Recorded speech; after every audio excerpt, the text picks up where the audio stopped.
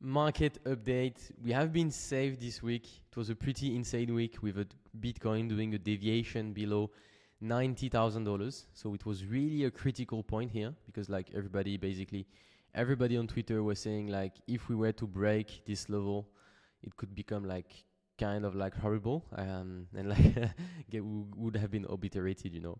So we had like Bitcoin bouncing off pretty strongly on the 90K. And then we had like just an uptrend since that, you know, pretty insane, I would say. And we have Bitcoin like almost back to all-time high. You know, it's an insane beast, I would say. So that's why, like, guys, always all the same thing, no FOMO. When the price is really like nuking and you have like everybody like screaming that it's the end of crypto, it's often the best time to buy, you know. So be careful, just don't use leverage because you know the volatility here. It's almost impossible to use leverage, but it's very interesting. And so for Bitcoin, you know, I think my take for this year is like it will keep like overperforming perhaps many assets, and that's basically it, you know. Sometimes like I'm buying back, but no, I think it's a pretty high price. But like adding some slowly, I think it makes sense. And if you have some big gains, like on some meme coins or whatsoever, I think it's interesting to rotate back a bit to Bitcoin, just to play the Bitcoin trade, you know. And I think this is what we start to do this year is like start to stop thinking in USD and start to think really in BTC, you know, because I think that's the thing. Some crazy bounce on Solana. So we shared it in the group. I think we had most of you guys had orders at the 180, 170 and 160, like in this like zone. So it was a pretty decent zone. I think it made us like both like a really relevant zone. And then we have like Solana like just going like up only since then. Mainly towards that, I think it was like oversold. And also second thing is like we have rumors in the US that like President Trump that is coming into like office like in few days now will perhaps like make like zero tax gain on like US native cryptos like XRP, Solana and few other ones. And we'll perhaps like even buy them, you know, just because they are like from the US, you know. And it sounds a bit weird or surprising, but I think that could be something very powerful like Trump could do at the beginning to really say like if you build crypto in the US, if you launch your crypto in the US, you have an edge, you know, we'll protect you, you know. So I think that's very interesting. The other coin I'm following closely is Pengu, you know it. I have added back a bit, so we sold a bit here, and I'm adding back here. I think abstract mainnet my trade is simple. Abstract mainnet is coming in 2 weeks now, a bit less, and I think the token will come like way later on, and so they will just capture like most of the mind share, I would say. So that's kind of like the trade. The thing like I shared, you know, I think at the bottom because like people were starting to be scared and I was starting to receive some DMs is like Crypto Trump featured tech leaders and a crypto ball honoring the first crypto president, you know. So it's very hard to be bearish here, and that's why like I think we are having like some cool opportunities on some altcoins, and I'm buying them just because I think, you know, it's hard to be bearish here, you know, when you have like the US president that is basically like bullish crypto, you know. For example, I added a bit of like WIF this week, so that's a very interesting one. Another interesting thread is my thread on Pengu. So I'm trying to share like because I was sharing it in the private group, trying to share it a bit where I buy, where I sell. So I've added a bit more. Like I think we are very close to this zone, like yeah, almost close to this zone. I've did back a bit and I've shared my trade, you know. So chart looks pretty cool. The airdrop is done. I think everybody claimed. Those who wanted to dump, they dumped. And now that the mainnet is coming, a lot of abstract hype, but I think it's just getting started. I mean, like, why not, you know? So, but still here, you know, it's a small play for me, you know. You know, I prefer to play like Bitcoin, Solana, and like VC. Those like icon trades, like swing trades, are more like to follow the market and to make extra bucks, I would say. Another cool thing is like we are having like an airdrop on Q42, the first one, and just wanted to add few things here. Is like it's definitely the goal of like 2025, sorry.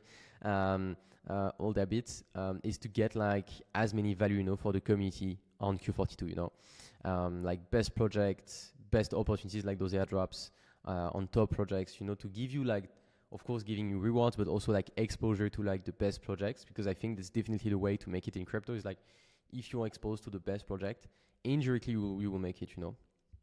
And I think so. I've done a tutorial. Feel free to check it. Simple steps on how to participate.